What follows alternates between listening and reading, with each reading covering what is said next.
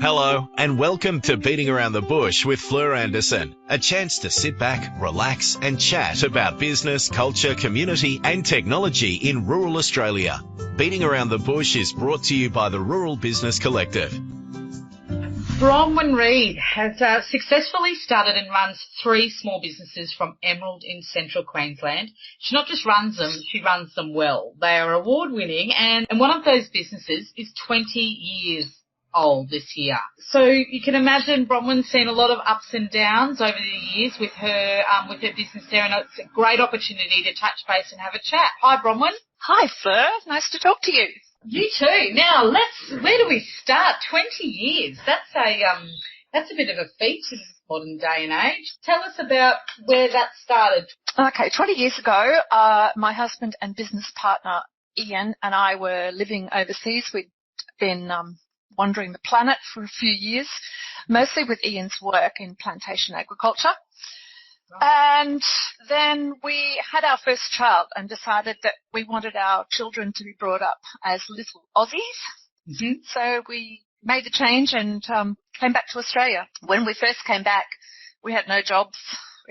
Because we'd lived in accommodation all those years, we didn't even have an ironing board or pegs or tea towels or anything. So we spent some time living on an irrigation farm that my parents owned. And from there, we set up 40 consultants. Originally, Ian was still consulting back into Southeast Asia on plantation agriculture. Then we started doing some contracts here with the federal and state government, again in agribusiness, always around that best management practice stuff, Fleur.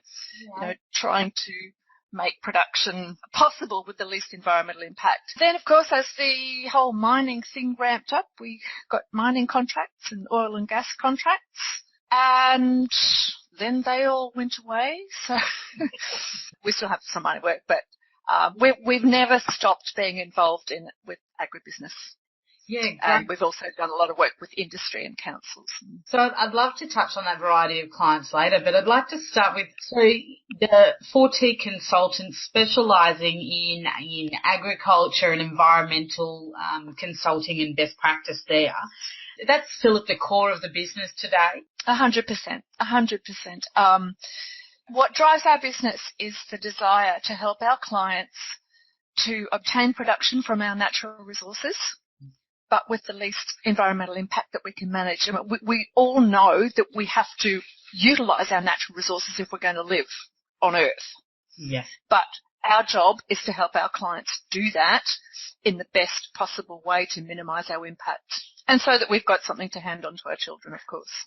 And 20 years ago, what was that landscape like? Was that something, I mean, today I think everyone listening would nod their heads and agree that that is something that is critical in any agricultural business. 20 years ago, was that something that was still emerging as a trend here in Australia and hence why a lot of the work in Southeast Asia? Very insightful question, Fleur, and you're exactly right. 20 years ago, we were definitely a bit ahead of the curve. But we found some good supporters who came along the journey with us.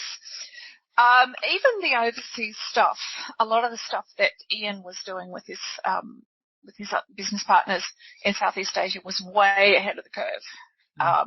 And it's even now only just starting to become a real thing. So when you are a bit ahead of the curve, and it's a big part of the business education, or, because I think a lot of people start these businesses where they can see something that maybe other people can't yet, and therein lies a little bit of a trick in the sales probably don't just automatically flow through the door. No, definitely not. And that's why we're very fortunate, Fleur, way back towards the beginning of 40 Consultants, we actually were successful in winning some very large government contracts, which federal money was flowing down through state government and then through industry. And part of those projects was to do exactly that, was to get on ground, get wet and dirty, and actually spend time with the people who are at the risk end of the production process.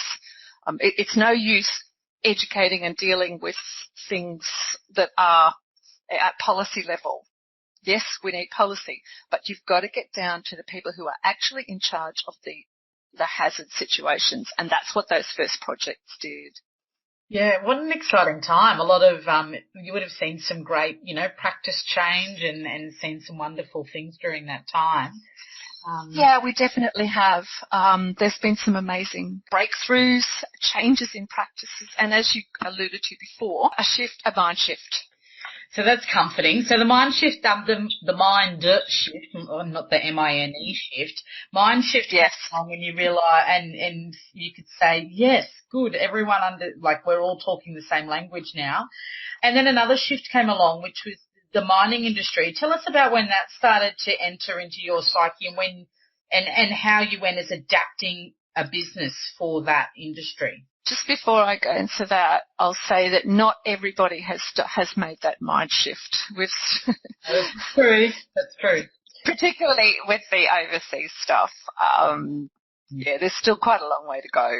Yeah. But moving forward with the MINE shift, initially our work there started because we were asked by some landholders to monitor their groundwater because they were in an area where mines were being developed. So, and of course, we'd dealt with them before. They trusted our work. We had a good relationship. So that was actually our first mine contract, was doing groundwater monitoring for landholders. Then that one little contract turned into some on-site work, and then some more on-site work, and then some more on-site work. We got to the point where one particular client was over 60% of our revenue, and that was like, oh, not good. Yeah. So then we started to try getting into the oil and gas industry so we could spread our risk a bit. And then not too long after that, one of the oil and gas clients became 60% of our revenue. So during that time, when the resources industry was really ramping up, it was extremely difficult to get that good spread of client. It was really, really hard. But by measuring it, at least we knew where the danger was. Yeah, that's right. At least you were aware of it. And so yeah. what did you do? I mean, it is incredibly difficult. You mentioned that. What sort of things do you put in place to sort of safeguard you against the risk of having all of your eggs in one basket? First thing, you can turn down work, but that's not the ideal situation. The approach that we took, Fleur, was to, as I said, just be really mindful of the risks that we had. Quite frankly, keeping the cash flow position where if one of those big customers did disappear overnight, and we know very well that they can, that we wouldn't have been in a mortally wounded position. I mean, the good part about this position is that you have now, at this point in your business, you had your fingers in different pies, which is a risk spreading in itself. So at least you were across some different industries. As one rises up, does the other one go down? Did you see the decline of a lot of the ag work at that time? Yes and no. I mean, obviously ag always has its ups and downs with droughts and commodity prices going around the place. So yes, there were times when both resources and ag and even industry were a little bit subdued. The biggest thing that happened though, Fleur, was when the mining or the resources boom really took off, it really didn't matter what was happening in ag because that boom just took over all the regional economies. Anyone who was centred around resources. So it really didn't matter what ag was doing. This other thing came along and just swept all in front of it. And we are talking about mining, and we are, for context for listeners, in central Queensland, in Emerald. Other towns and communities will see their booms and as well in different times. What year are we talking? Where are we, Bron, on the time frame here? What year did you start seeing all that work lift up? 2008 was when it really started to ramp up, and then 2010, 2011, it was nuts. Yeah. Completely nuts. And then, of course, the tap was turned off just overnight. We actually had 6 large contracts that we had already resourced. We had purchase orders for them, and it's just week after week we just got a phone call saying, sorry, project's not going ahead. Wow. So it's pretty confronting when you trying to deal with that. So that was not a nice period. No, as business owners, I mean, some of the biggest fears that you have is that when you start recruiting and taking on team members is that you're going to be able to, cover their work and their wages and give them a secure job. That must have been something that was a very stressful period. Oh, it was awful. In the end, we actually only put off the payroll one person, and that was possibly my worst day in 20 years in business. Yeah. It was just awful. A lot of the others, left through natural attrition. We had actually lost a couple of employees because they literally had nowhere to live. Yeah, wow. There was no real estate to be had. So it was two really, really good team members we lost. They just had nowhere to live, so they had to go elsewhere. Yeah, okay. So for people that are in businesses that, whether it's mining or other, or they see an increase in their business and they've gone from themselves and perhaps their partner in a small consulting business, and then all of a sudden overnight there's this opportunity that they want to grab with both hands, as you guys would have. What changes did you need to make to your business? Or looking back, what changes do you wish you had made sooner?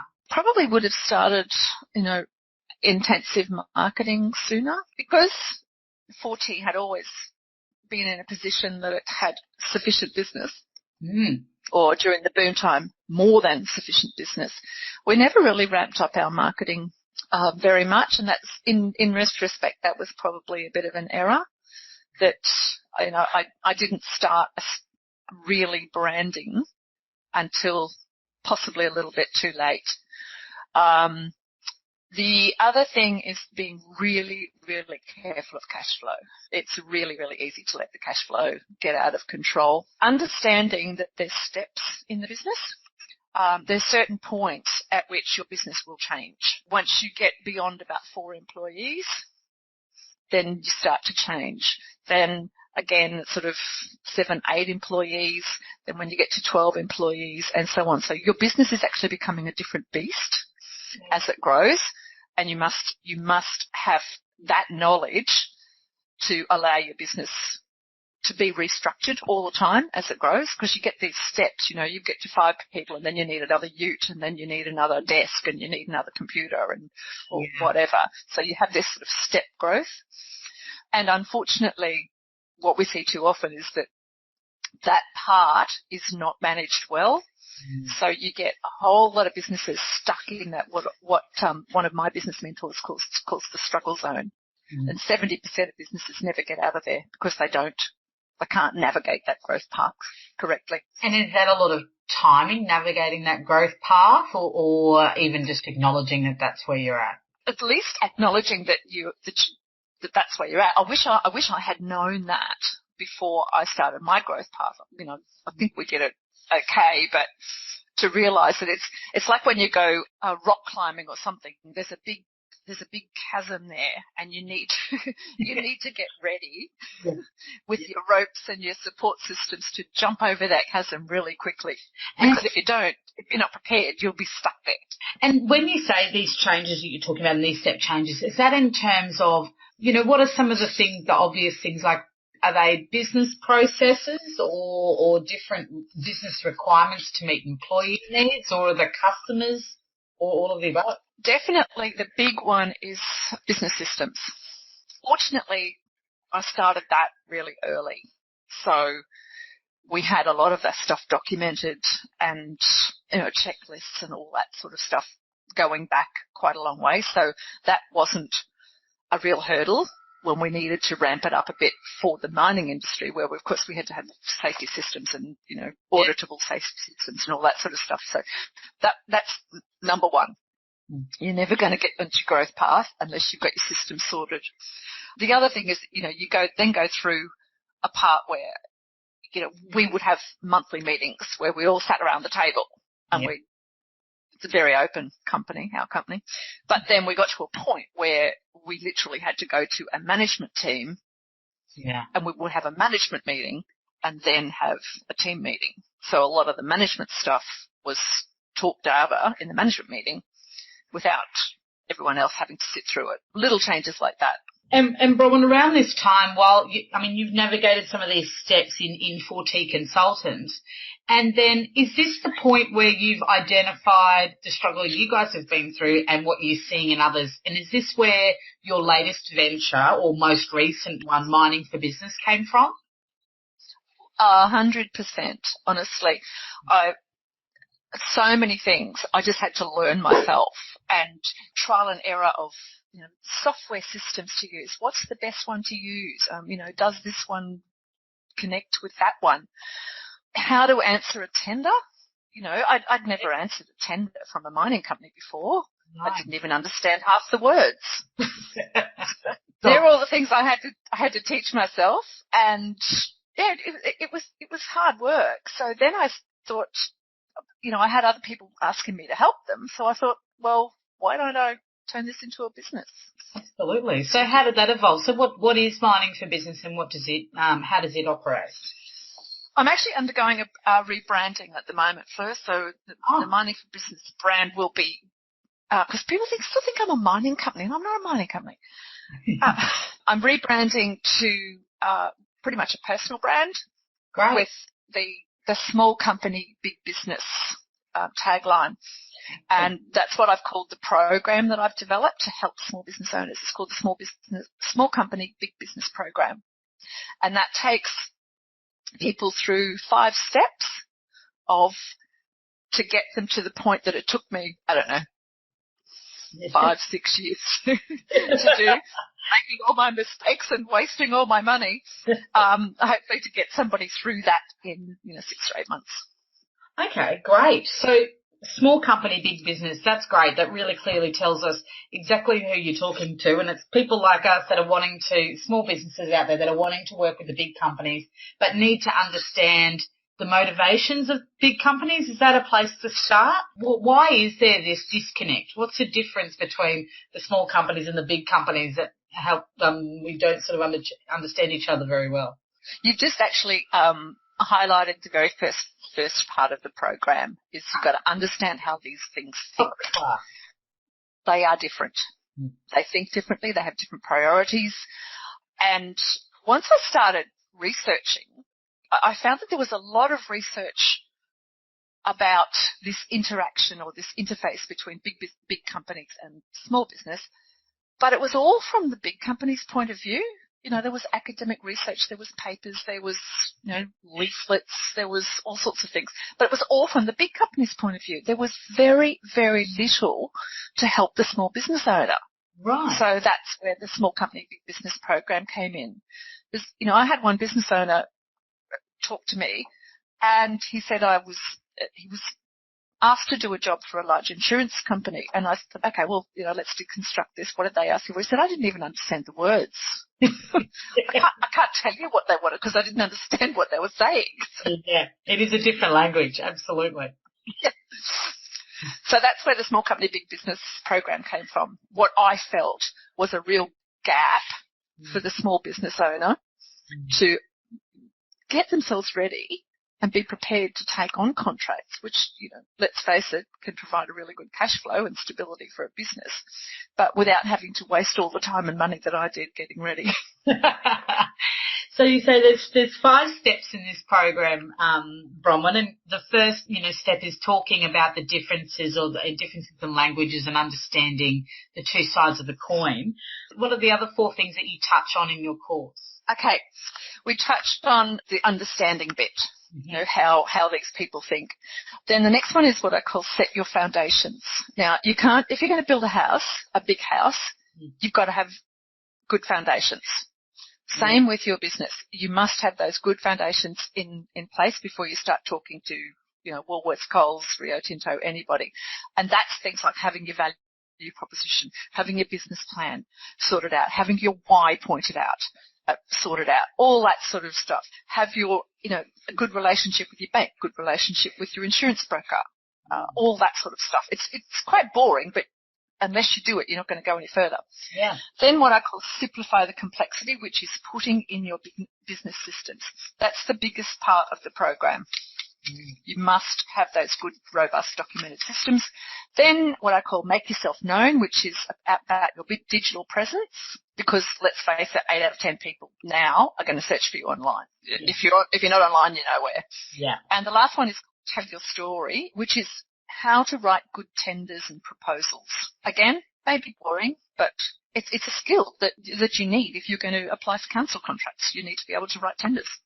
Yeah, absolutely. And so a lot of people would think that winning a contract with a local council or a Rio Tinto or Woolworths comes down to their big businesses. They make decisions based on price and on competitiveness and timeframes. But that's not all there is to it, is it? I mean, you said about telling your story. So does storytelling play a part in that business competition? 100%, 200%. And this is where a lot of small businesses are very reluctant to go down this path.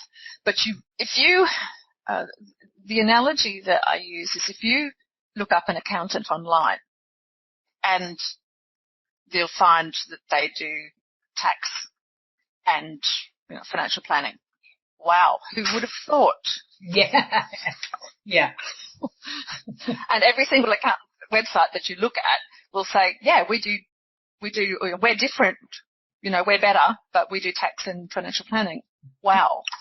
What is it about your accountancy firm that makes you stand out from, maybe it's a regional basis, you only operate in such an industry or you only operate in a certain area or something, whatever it may be. I've told a bit of the story of 4T Consultants today. It started when we were living overseas and we had a child and blah, blah, blah, blah. All of that is actually really important to weave into your company story and what you're trying to sell to your customers.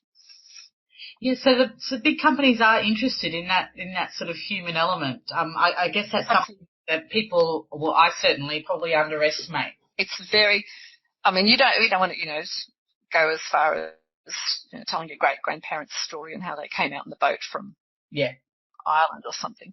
But it's very much the personality of your business.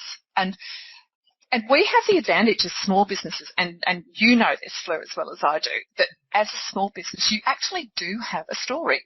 Yeah. Your story comes from your regional area, and it is very important and it's not easy. I'm not saying it's easy, but it's really important. There's probably some things that we take for granted about our story too that's incredibly attractive to some of these big companies that we just take for granted as part of the way we do business. One of the things that I always try to weave into our story, or when it's appropriate, with 4T Consultants, is that we are a local firm.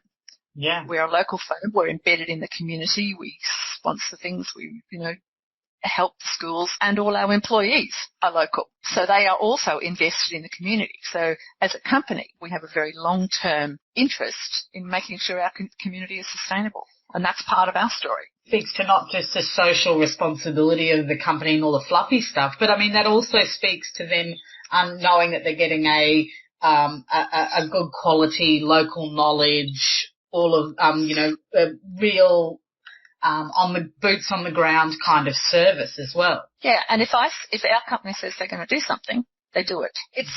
I saw a really good one on Facebook a little while ago, and it was for an electrical company that was here in Emerald, I think, and it just had this lovely little graphic on Facebook and said, did you know that so-and-so electrical was started blah, blah, blah, blah, blah in the kitchen over a table? And I thought, how good is that? Just a simple little graphic.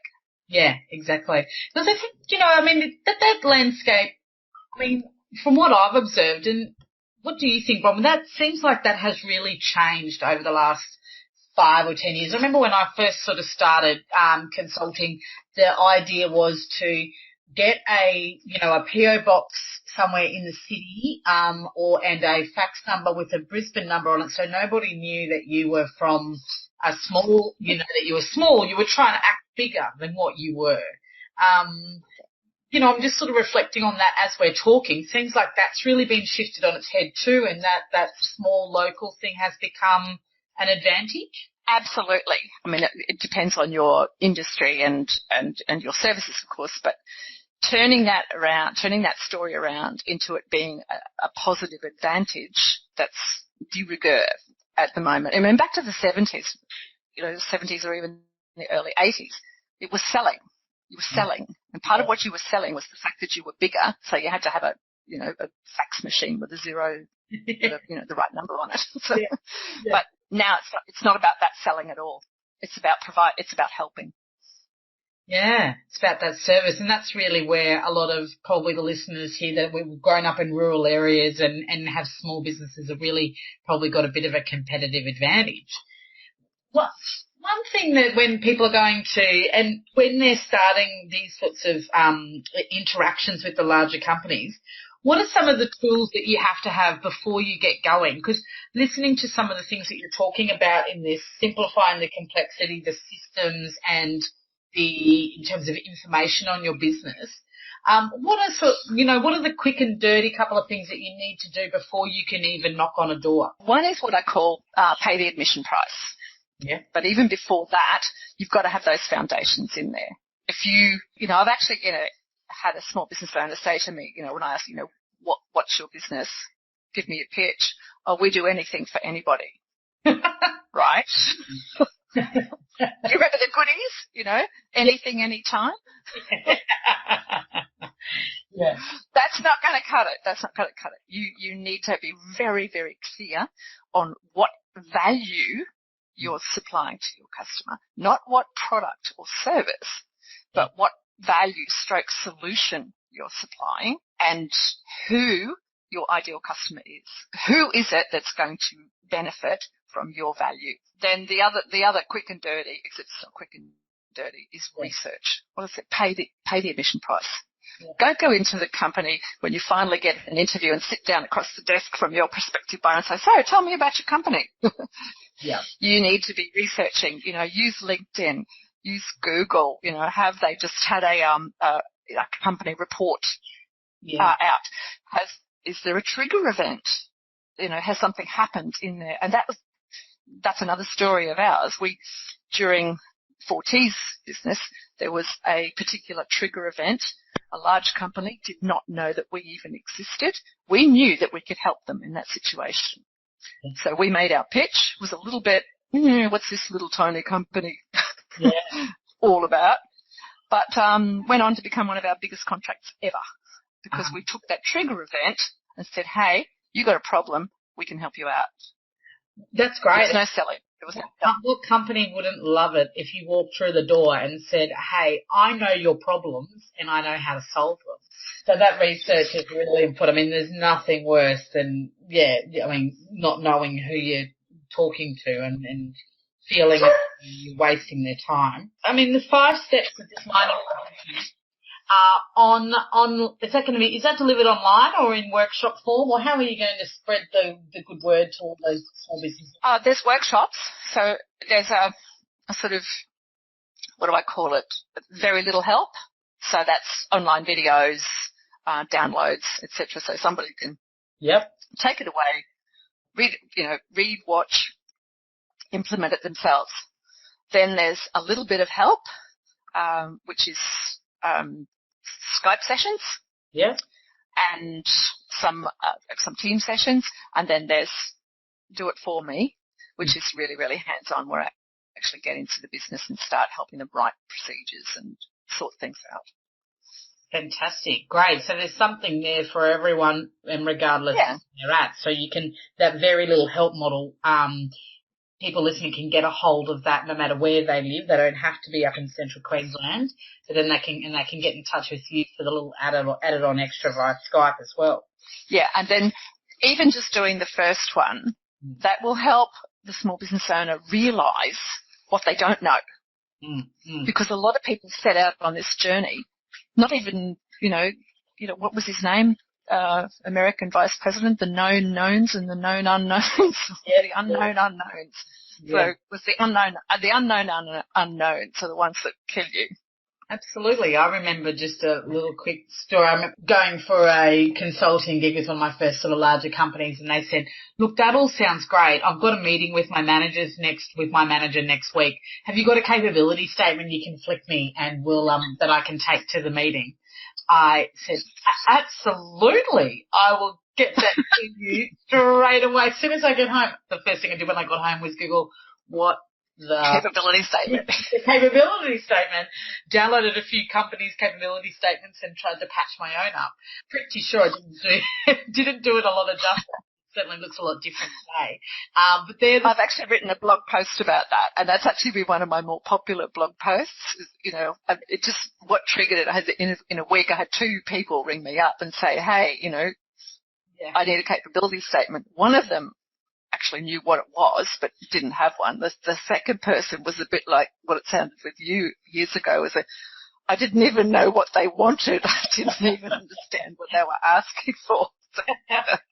I mean, this is the thing about terminology, isn't it? I mean, when I did my research, I discovered that, you know, it was just, again, that story of my business. What are the services I provide? You know, almost like a flyer on steroids about what I can do and how our business operates.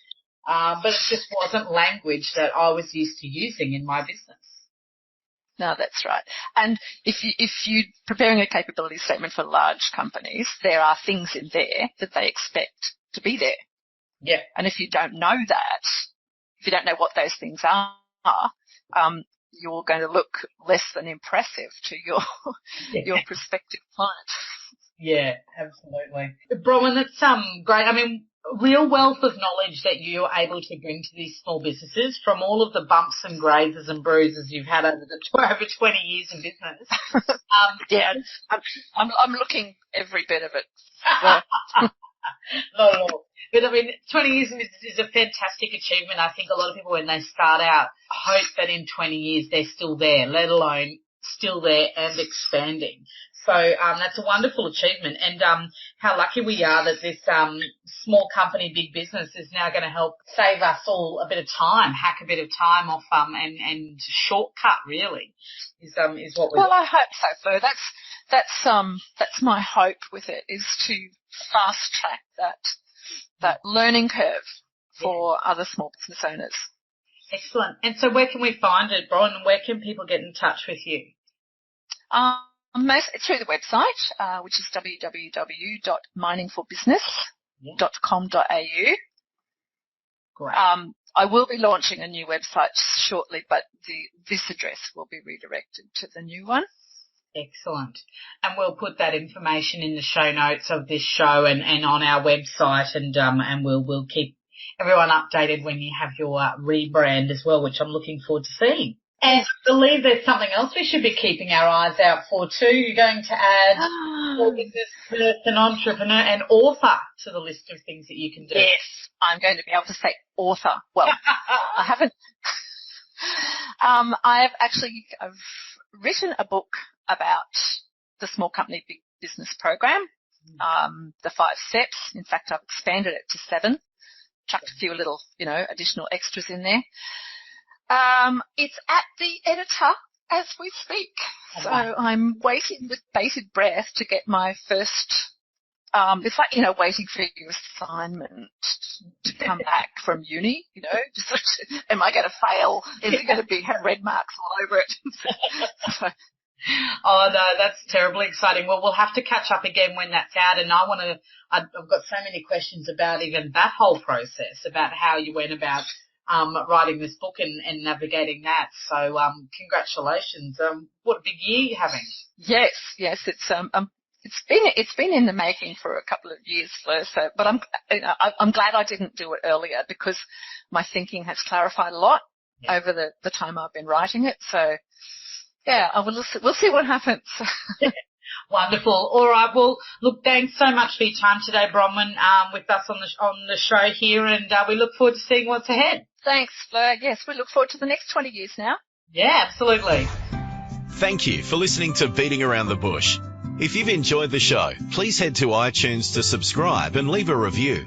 For more, visit the Rural Business Collective website at ruralbusinesscollective.com.au and join the growing tribe of small business owners and entrepreneurs making a difference in the bush.